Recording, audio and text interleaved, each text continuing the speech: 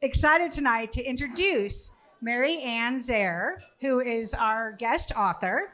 She is assistant professor of rhetoric and composition at Eastern Mennonite University. Can we hear it? Yeah. Woo-hoo. That's right here. Previously, she was a journalist for Education Week newspaper, and then a history and English teacher for ESL students in the DC public schools. That deserves applause. Mary Ann moved from DC area to Harrisonburg in 2018 and found the beauty of living in the mountains. She has written feature articles for the Washington Post, the Baltimore Sun, and the Harrisonburg Citizen. In fact, her most recent writing monthly column is Reading in the Burg, about the literary scene in Harrisonburg for Harrisonburg Citizen. She's here tonight to talk about, as Matt said, Doors Cracked Open, Teaching in a Chinese Closed City, her first book that came out this year. So let's give her a round.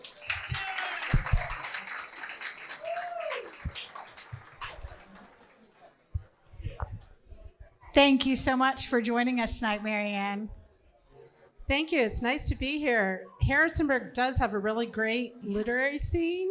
So thank you for coming out for an unknown indie writer. Yes, excellent. In fact, I was saying most of our series authors this season have come from the Valley. We've before had Richmond and some DC authors, but I think the Valley, we rock it.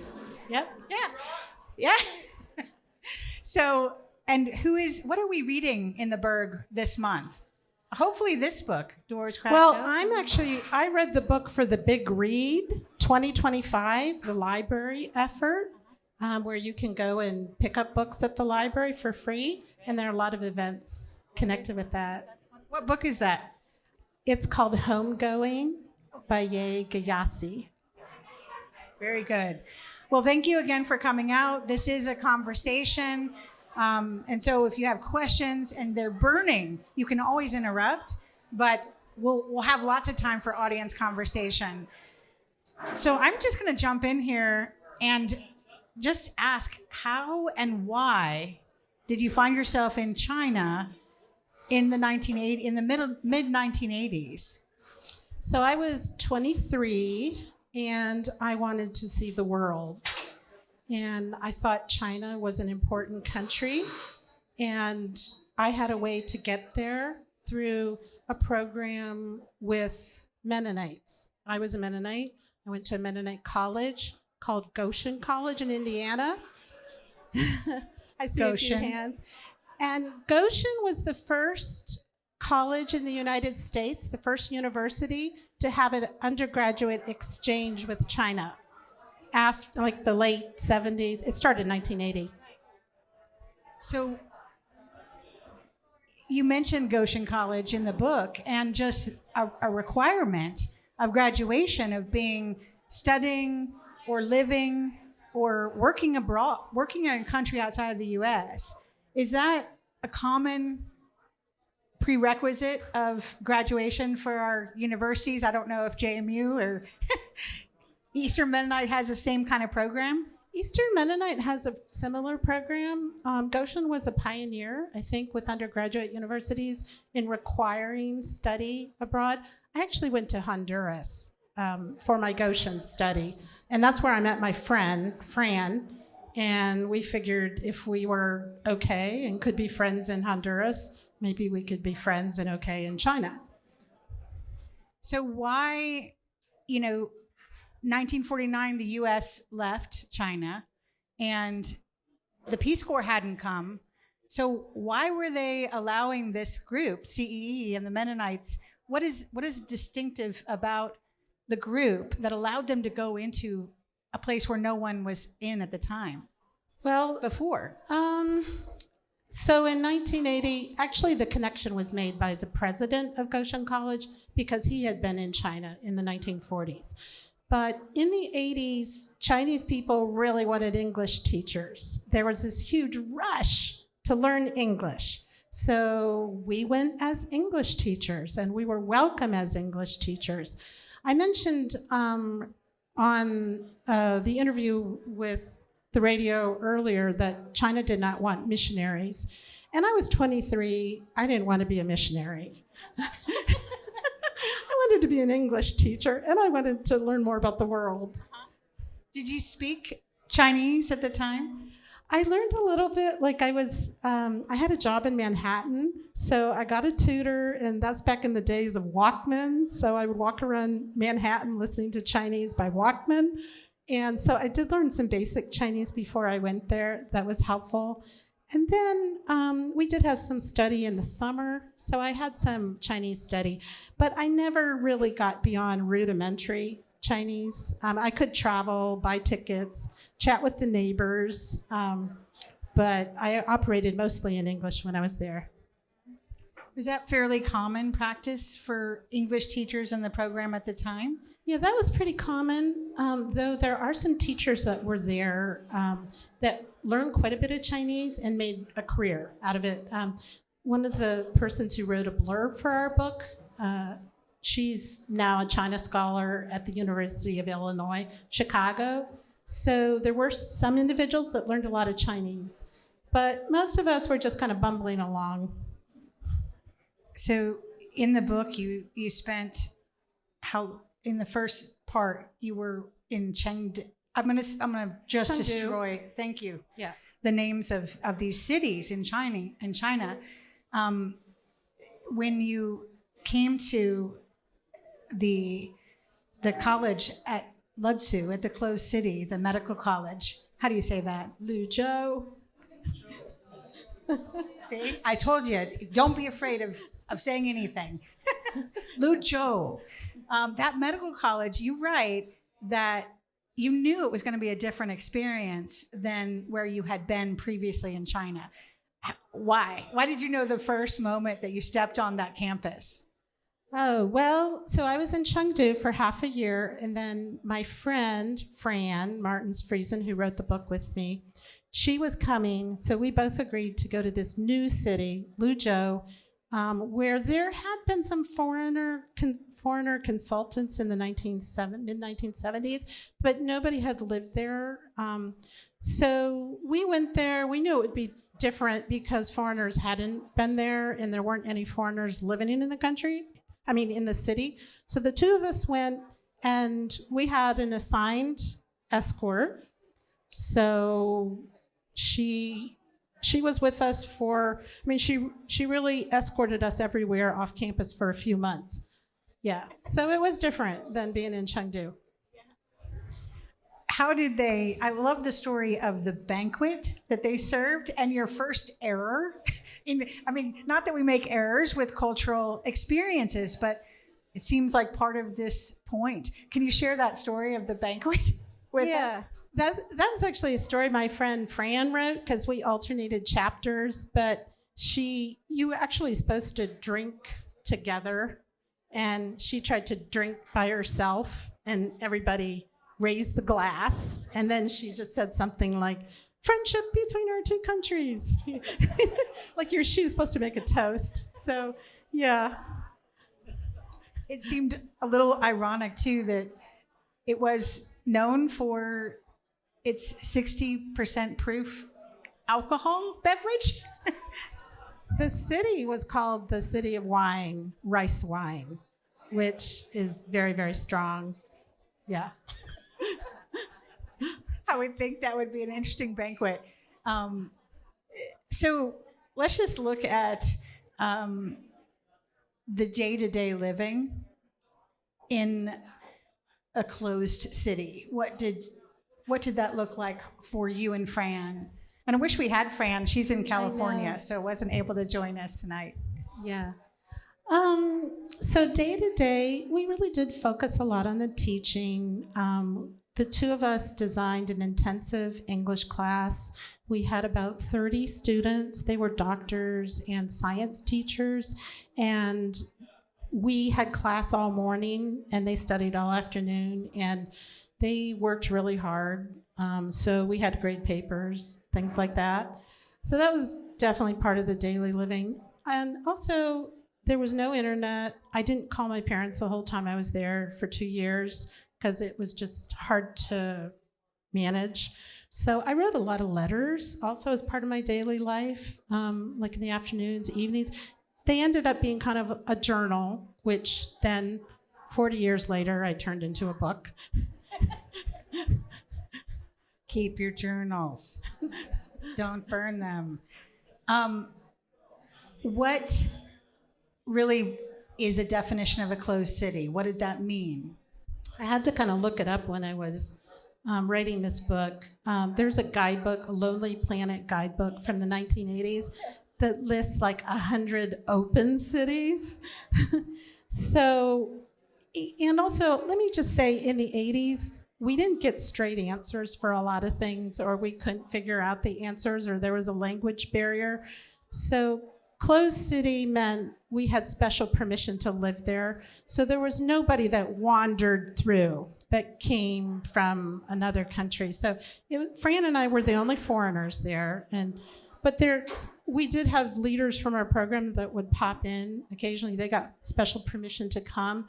I think there was also some military activity there on the river, so that might be one reason it was closed.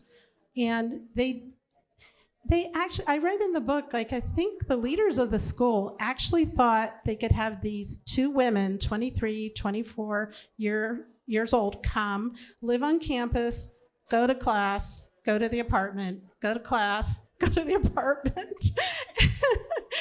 And it just didn't work that way. So our official escort, she would take us to the post office. And then so we would ask constantly to go to the post office, like practically every day, just so we could see more off campus. And then at some point they said, okay, you can go to the post office. And then we went to the post office in very circuitous routes, like exploring the whole city, going to the post office, then going back. So that was our way of negotiating, to see. But we also wanted to stay. We didn't want to get thrown out because it was interesting.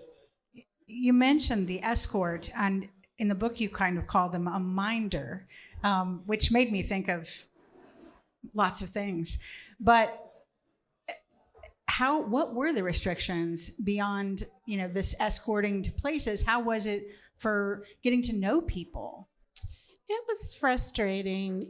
But in a way, somebody who read the book commented that we probably had more contact with our students than many teachers do here in the U.S. Our students were kind of our social life. It was an intensive English program, so we spent, the morning teaching them. Then we had conversation with them. So they were our age. They were like in their 20s. So, and they were so curious. For most people, we were the first foreigners they ever met. And they were so curious about the world. So there was this chemistry, and we wanted to know about them, and they wanted to know about us. And we wanted to hang out with them, but that was not allowed. So basically, we figured out that we could not hang out with people our own age. And it wasn't that we got in trouble, it was that they got in trouble. And they would come to us and say they were criticized, or it happened quite a bit where someone invited us to their home. They were very excited. And then they came back and they said, sorry, we can't have you in our house. So, we kind of accepted it, but we tried to do things like we had outings. Sometimes we had one overnight outing, but we still had to sit with the middle-aged folks at a separate table while our students were like, in their 20s drinking beer and having a good time, So we tried to go with the flow, but we also were frustrated. And I'd say like 2/3 through the book, there's a time, we'd been there a couple of semesters, and I tried to get the leaders of the school to say that we couldn't hang out, like admit that we couldn't hang out with people our own age, and they wouldn't admit it. And I actually cried and left the room. I think I was frustrated. Yeah. But there wasn't any way to change it. Yes. Did you ever have a moment of feeling like you should defy those restrictions, or you just felt like it was the way to be? I I mean, there is one time where we defied, and that is we actually went to visit the Protestant church when we didn't have permission. And later I found out that the leaders, when they agreed to have us come visit, they had given us permission, but we didn't know that. And then that wasn't communicated to us. So we did just walk in to see what it was like. And that did create some mistrust with the leaders of the school. But then our leaders contacted them, and it was all agreed that we could go. So that was really the only time I think we defied them. Most of the time we just tried to figure out how to get around things by inviting people over every weekend for English conversation. And that really worked well. We had a lot of meaningful times that way.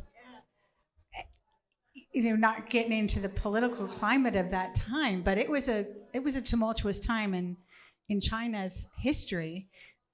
How much did you know of that history before you went?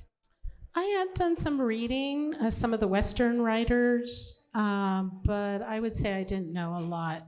Yeah. I want to say something, though, before, while I'm talking here about restrictions, I just want to say that Chinese people our age also, we both navigated the restrictions. People reached out to us, and we found out we could go for walks together, and we could have conversation together, and so we were all navigating, and that's how we were able to make friends. I do have a couple lifelong friends that were our students, people who moved to the United States, 2 women that are my age, and we have been friends for years. What was the ratio of students who were in the Communist Party, or who, what kind of things were they talking about? What, ideas was circulating among your students at that time in the 80s? Oh, yeah. People had so many questions about things. They had a lot of stereotypes about the United States, like there's a lot of crime. Elderly people don't care about young people. Those were some of the messages they were receiving. And also, one of the teachers who worked with us, he had studied in the United States at Ohio State for 2 years. He mentioned some of the stereotypes that Americans had about Chinese people too. Like he would go and give talks, and people would say, do women still bind their feet? When it had been outlawed in 1911. Yeah. Yeah. It makes me think that exchange was a huge part of your book. And,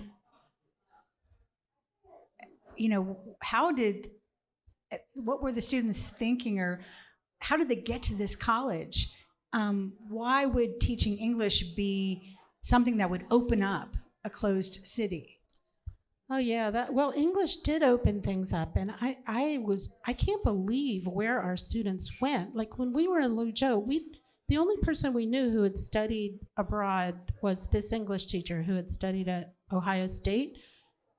No, we didn't know anybody else who had met a foreigner or been anywhere. And in the following decades, many of our students went and studied. China just opened up and changed in the 1990s so much. So our students went to Japan and Australia and Denmark and Canada, and then these 2 women that eventually came to the United States. We never would have dreamed that would happen. And they didn't really dream it either. They kind of talked about it, but I don't think they dreamed that. So things happened really quickly after that. But when we were there, people just wanted to know about the world. And unfortunately, they had answers only from these women, 23 and 24, who didn't have master's degrees or know really much about anything. So we just kind of gave our best answers, and they would ask us all kinds of questions, just like fire off the questions after class. Like, I don't know. I can remember some, but. I think you need to share, because one of the fun parts about reading this is the stories that are sprinkled throughout of those cultural exchanges, and that fact of not error, but trying to understand each other. And I love that there was a disco teachers scene, or the Tai Chi instruction. I think that was you on the Tai Chi. Yeah, that's me. Okay, so I just remembered one thing though. Our students were very disappointed we didn't know more about science. I mean, my father was a physics professor, but that did not rub off on me. And so a couple of them commented at one point, they thought we would have known more about science. So they were disappointed about that. What was your question? I was just asking that you share one of the experiences of that cultural exchange where there was some misunderstanding or there was a misperception. The Tai Chi teacher. Tai Chi is a good one. Okay, so my friend Fran Fran wanted to study Tai Chi, and I'm not very coordinated, but because we did everything together, I agreed. And we had a Tai Chi teacher, and he taught us we wanted to after dark so people didn't see us out on the field. And I was very surprised, but the Tai Chi teacher fell in love with me. And he delivered a letter to my friend Fran, because it was very common that you would deliver a love letter to an intermediary. And so he gave her a letter, and it's actually a very beautiful letter. I'm glad I saved it so I could put it in the book. And he said things like he was drunk with my noble, and I was mysterious. Never had he met such a mysterious woman. And I was totally out of surprise because I had felt so uncoordinated learning Tai Chi and clunky and all this, but he had a favorable impression. He also was somebody, I have to say, many people we met wanted to get out of Luzhou. It wasn't really a desirable place, and many of our students didn't have a lot of control over their jobs or where they studied or anything like that. So he was somebody who also wanted to get out of Luzhou, so that could have factored in. But he wrote me this amazing love letter, and then just because of the political climate, and my friend and I wanted to stay in Luzhou, anyway, I wrote him a letter back saying, I'm sorry, I'm really honored by your words, but we can't pursue a romance because of the political climate. You missed that Tai Chi expert opportunity, it sounds like. So how were the folks getting their news there in a closed city? Where did that come from? And especially when we talk about the 80s and... Yeah, well, they would have read the official newspapers. And actually, I think people get very good at understanding what the news is underneath the news. Kind of what's underneath things. So I think they do follow things. And as far as how we got news, we listened to Voice of America in English. There was an English China Daily also that we read out when we got to bigger cities. And our students told things like, you may not know, but of course you know about the Tiananmen Square protest. But when we were there a few years earlier, there were also protests in Shanghai, eastern cities, and we didn't read about those until we went to like Hong Kong on vacation. Our students told us about them. They told us about the protests, and they would, tell us kind of privately, but they wanted us to know some of these things that were going on. So they were able to reach out and share some of these things that you weren't getting. So you were very close to Tiananmen Square, leaving just a couple of years before that, and it sounds like there was some loosening of that regular, the minders and things like that. So what did that experience was it the last year that you were there? Yeah, or 6 months? I was a year and a half in Luzhou, and my friend was there for 2 years because I went a half year earlier. And things did loosen up.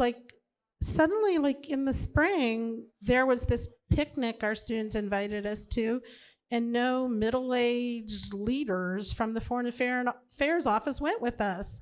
Like we were like, how did this happen? And we hung out for several hours, and I made dumplings. And there were, of course, loyal party members in the group, that we went with, but they kind of, things did start loosening up, and we were so happy because then the conversations were more open and we learned more, and people really shared. When people had a chance, they shared amazing stories with us.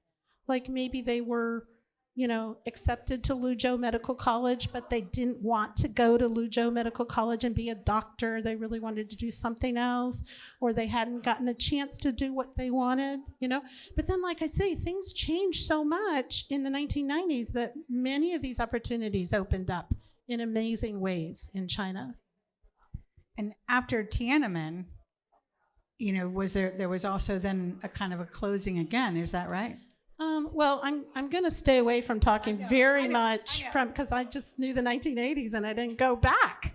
But I have done some reading, and I actually recommend Peter Hessler too. He's an amazing writer about China, and he wrote a book in 2024, and he was there during COVID and everything. So I really recommend his reporting.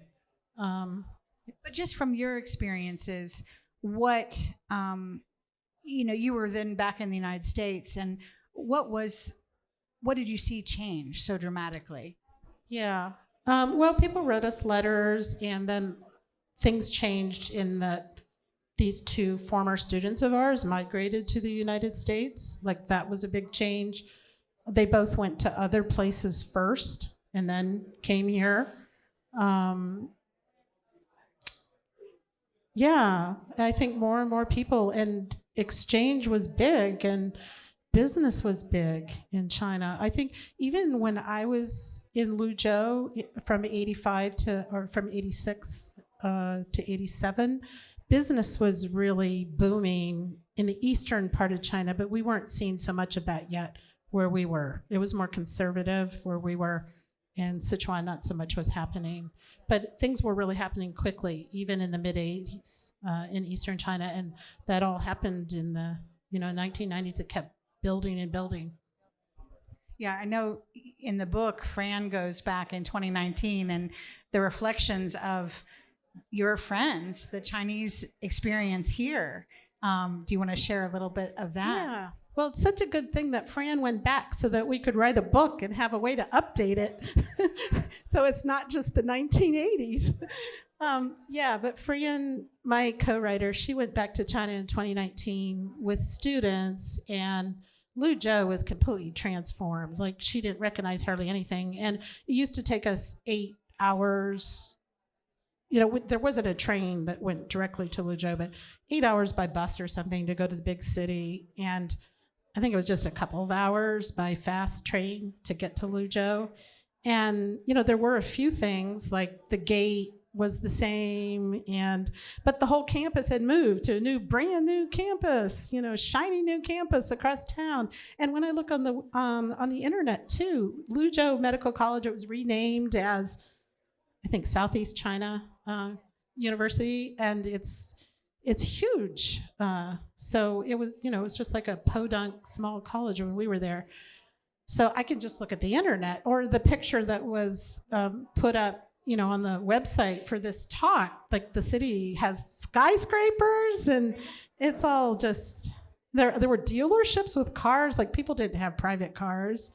So things changed so much. I certainly did not think closed city when you described that. I was expecting 20,000 people. How many people in Lutz? 400,000. Yeah.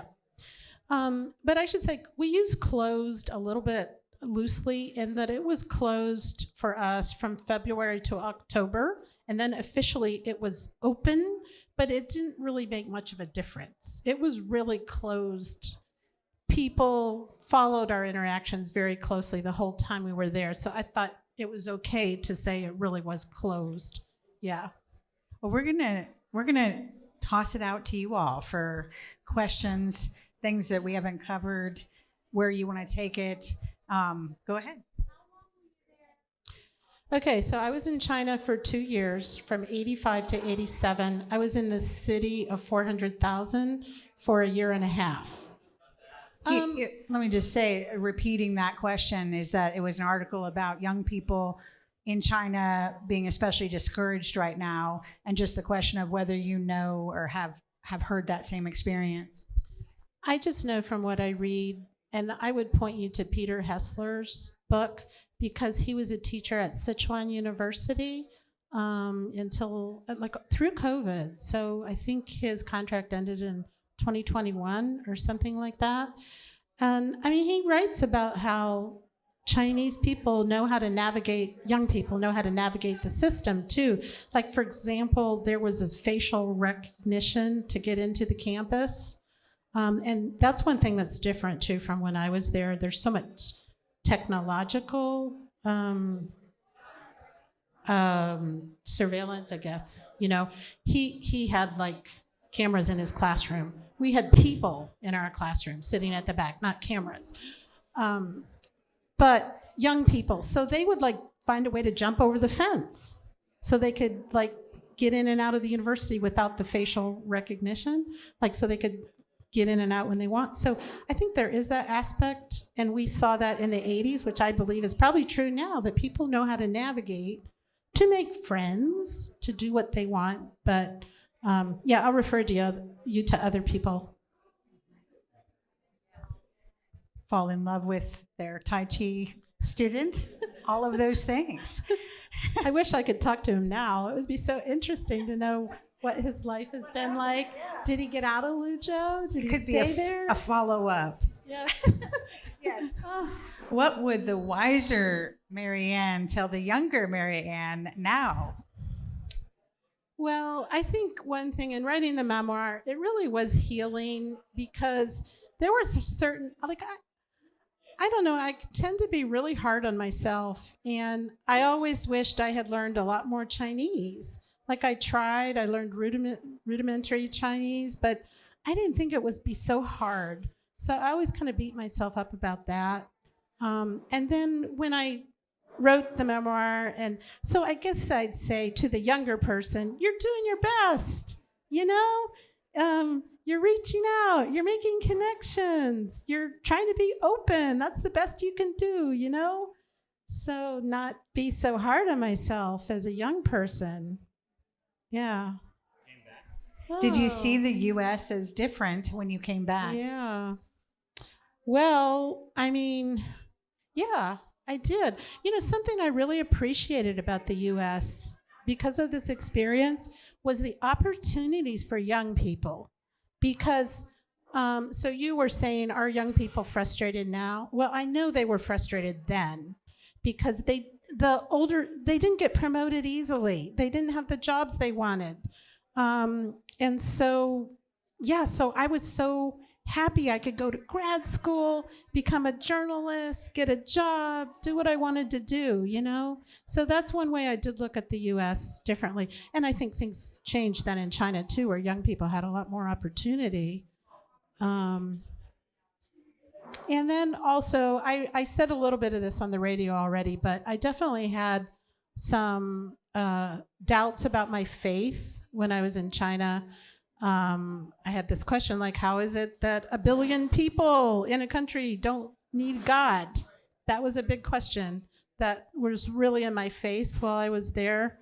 And I had to say, Chinese people spoke to me, and that some people clearly saw a spiritual gap. And I did see that, like, in the 80s. So the faith thing, I had to really work that out between China and the U.S. I didn't want to like be fake when I came back, because I had these questions. And fortunately, I had some very good friends that just let me talk to them and let me say whatever I wanted to. And I also had like a religious experience. The short version is I was in a car accident, and I thought I was really hard on myself about that, and I felt a sense of forgiveness that, you know. So I had an experience, but anyway, so that I did see the U.S. differently, and I kind of had to work all that out. And I'm probably still working it out. Yeah. So it's a book that you wrote 40 years after having the experience. And how did that reflection, by writing it later and by going to it, actually maybe even change what your interpretation of that experience was? Yeah. Well, I think maybe I was like this anyway, but it definitely emphasized to me just like be curious, ask questions, don't make assumptions. You'll learn a lot of things that way. You'll learn surprises. And I hope I've approached my life that way. We wrote the book, my friend and I, mainly it was a COVID project, and we had time, and everybody else was writing memoirs, so we were like, why not? We wrote it for my friend. She has 3 children. I think she wrote it for them. I wrote it for nieces and nephews, just so the story would be there. They would have it. And actually, it's been amazing. Like, I think this is my 7th book talk, and communities have been interested in it, so that was even more than I expected. Yeah. And then I've worked most of my life either as a journalist for Education Week, writing about people who come from other countries to the US, or teaching for 8 years in DC public schools, students who came from other countries. So I'm sure that all came out of that. Yeah. The great question. What do you hope that the reader will take away from your story? Well, I guess, okay, so there's a lot of talk in the news about China, the US, and they're not getting along very well. And actually in the 80s, they weren't getting along that great then either, but the news was different because China was kind of opening up. So I want people to just take away from the book that we're just all ordinary folk, human beings, wherever we live. And if it's kind of hard when you read the news not to demonize people in a country. And so hopefully we read stories about people, whether it's in the 1980s or they're more recent, you read stories about Chinese people and like us, we have families, and that's what I want people to take away, just to remember that we're all human. Why do you think the educational exchange component is so important? Like these kinds of experiences, and are we still doing these? Well, we're not doing very many of them. The Economist reported that there were 800 Americans studying in China. That was in 2024. And the Peace Corps in China closed over COVID. Fulbright has closed. Our program that sent several hundred teachers to China closed. And by the way, that program was based in Harrisonburg for 30 years. And 220 Chinese scholars came and studied here from 1980 to 2020. They studied at least one semester at Eastern Mennonite University. And some of you might have been friendship families for those people. When I came here in 2018 to Harrisonburg, I was a friendship family of one for a Chinese scholar who was studying at Eastern Mennonite University, and I took her to the farmers market and a few places. And many people in Harrisonburg, people at JMU, received Chinese scholars in their classrooms. Chinese scholars visited the schools. There was a Chinese scholar that studied at one of the retirement homes to learn about elder care. So I think these exchanges, like if you're getting to know people, you have to be doing something. So you might as well be in a classroom together or in a retirement home learning and exchanging ideas. So it's important that when people study or live somewhere for a couple of years, they learn a lot more than if they're just a tourist or visiting on a delegation or something like that. And your student, you mentioned Ling Ling. What was her experience, kind of coming a little bit further down the historical pike of being in the United States? Yeah, so one of our two students, we call her Ling Ling. By the way, we changed the names for everyone in the book. Ling Ling helped me pick the fake names. She helped me pick the names that would sound like they were from Sichuan province. And other people helped me too with it. But Ling Ling, she came, and it was just hard for her to make friends here in the United States. And it kind of struck me that she was kind of isolated in the same way that we had been isolated in Luzhou, but for different reasons. And one thing, she experienced some discrimination and stood up for herself, but that was hard. Yeah. But she's doing well now. She's and I didn't give a lot of detail for our two friends here so that people could never identify them. Yeah. But she works as a medical person and is very successful here. Well, yes. On the religious theme, you said you went to church. What was that like? The religious theme, you went to church one time. What was that like? We went more than one time, but we went that one time without permission. So in Luzhou, the church had opened, I think about not quite 10 years before. It was just opening up because all the houses of worship were closed during the Cultural Revolution, or most of that time, I think, from 1966 to 1976. So the church was just opening up. It was mostly old women who seemed very old to us because we were 23 and 24.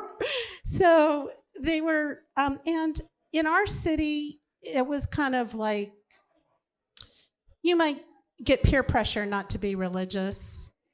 So there weren't young people that we saw going to the church. But even by the time Fran left, there were some young people baptized in the church. So it was changing pretty quickly. But that time that I was there, we would go to church, and it was like older women. And the pastor was a man, though. And they would sing hymns. They were very slow, the hymns.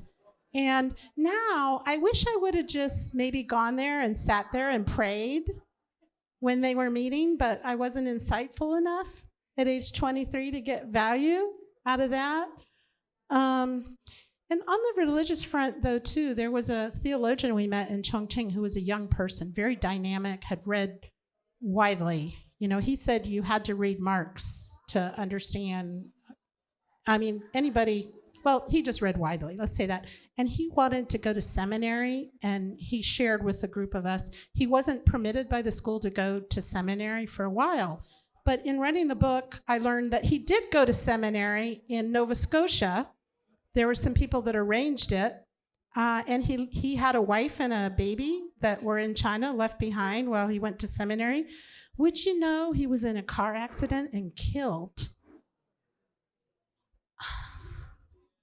So that's one thing I learned by reading the book. My friend told me that story. I'd say, I think you did the Tibet chapter too. That sounded like a spiritual, prayerful experience, just driving there. Yeah, Tibetans were very committed. Yeah, very committed. And that was just...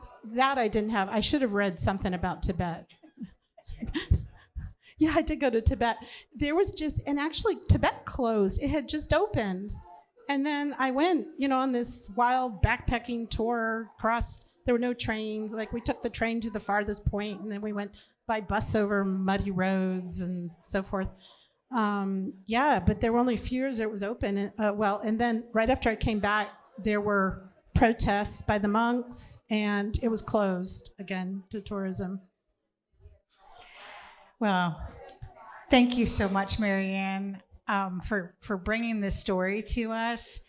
Doors cracked open, and just opening up again another perspective of how important it is for exchange and for continuing to make the contact, even when we feel like it might not be, something that we're doing a lot of. Thank you for your questions. Really good questions. I'm afraid I didn't answer all of yours directly, but I had fun. Thank you so much. There's no correct answer. She'll be here to sign books. Next month, we will be hosting Brian Noyes, who is the founder of the Red Truck Bakery that many of y'all may have known of. He was going to come here 7 years ago, and in preparation, he shipped a book to us filled with baked goods. So I'm kind of hoping he shows up with a bunch of baked goods. We will be in Winchester, I'm sorry to say, but happy to say we'll be in Winchester for next month. It's a little closer to him in Warrenton, plus it's our community there. So hopefully you can join us. Books are available here, or we're happy to ship them back to you. So thank you so much again, Marianne, for being with us tonight. Thank you. Thank you. Thanks to Pale Fire and WMRA and Gaines Group as well.